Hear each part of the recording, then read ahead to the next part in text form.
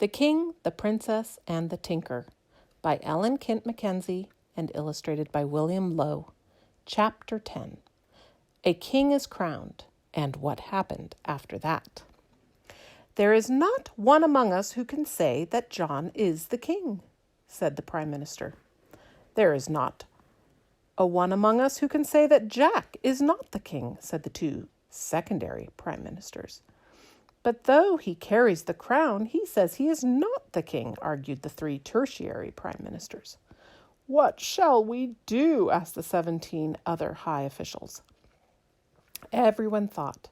At last Jack said, Since there is no way to prove that neither John nor I is, or perhaps is not, the king, there is only one thing left to do. The oldest prince is a strong and handsome youth.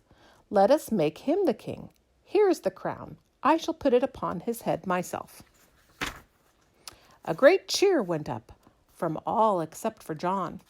He sniffed, his underlip crept out, and he pulled on his earlobe. But no one paid mind to him.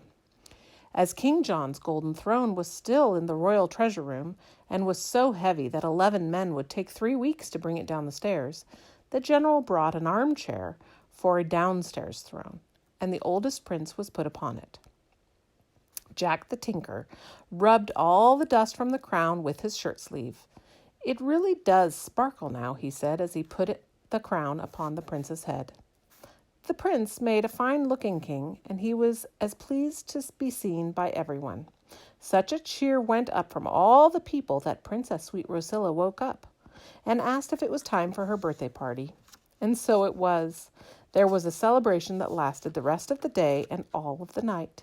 At the end of it, not a crumb was left of her birthday cake. The next day, Jack the Tinker said, I must be off. I have to see the rest of the world, and I promised my wife and 7 children that I would not be gone more than a month. Everyone shook his hand. Princess Sweet Rosilla kissed him goodbye. John, who was no longer king, was miffed that no one shook his hand. He felt his heart give such a great lurch when he saw the princess kiss Jack. Tears came to his eyes. May I go with you to see the world? He asked Jack as he wiped his tears. There is nothing for me to do here except lock myself away in a room in the highest tower. Of course, cried cheerful Jack.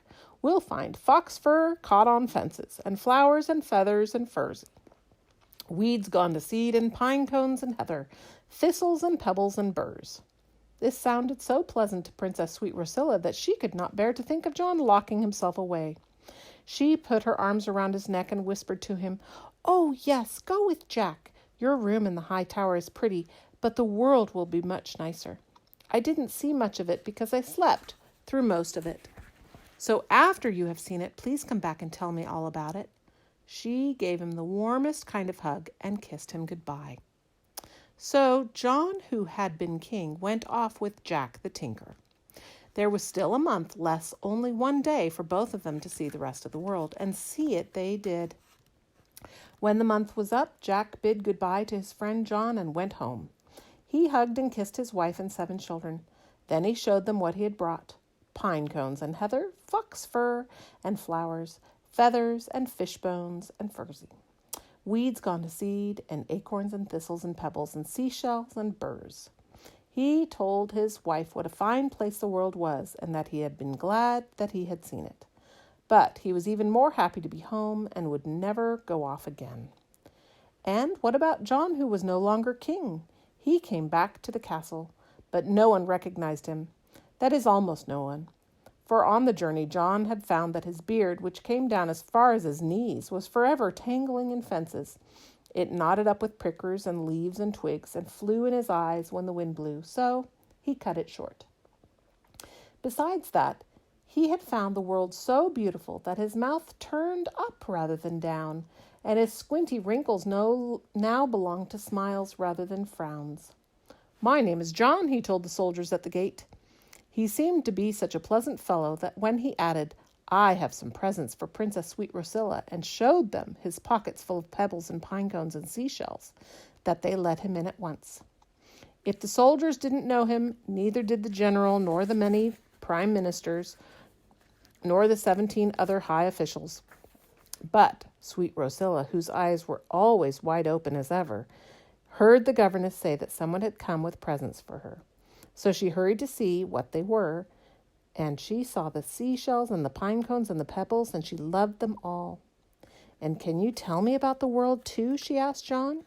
"Oh, yes," he told her. "My head is full of stories about the world, which is more beautiful than a room full of all the treasures in the country." And from that day on, Princess Sweet Rosilla often sat on his lap. John tickled her with his chin whiskers and jounced her on his knee, and he slipped her taffy before dinner, even though they both know that she shouldn't have it. Best of all, he told her stories about the world, and stories were her most favorite things. She still loved the old ones from the governess, but she loved the new ones too. Better than that, "We won't tell them right away, because then we wouldn't have a secret," Princess Sweet Rosilla whispered. "We won't tell them for a long time," John said, "because they might think I should sit in that room in the tower again, but I don't want to any more." Absolutely best of all, Princess Sweet Rosilla gave him the warmest kind of hug and whispered, "I'm so glad you've come home, Daddy." "So am I," said John. "So am I." And that is the end of chapter 10, and that is the end of The King and the Princess and the Tinker. I hope you enjoyed it.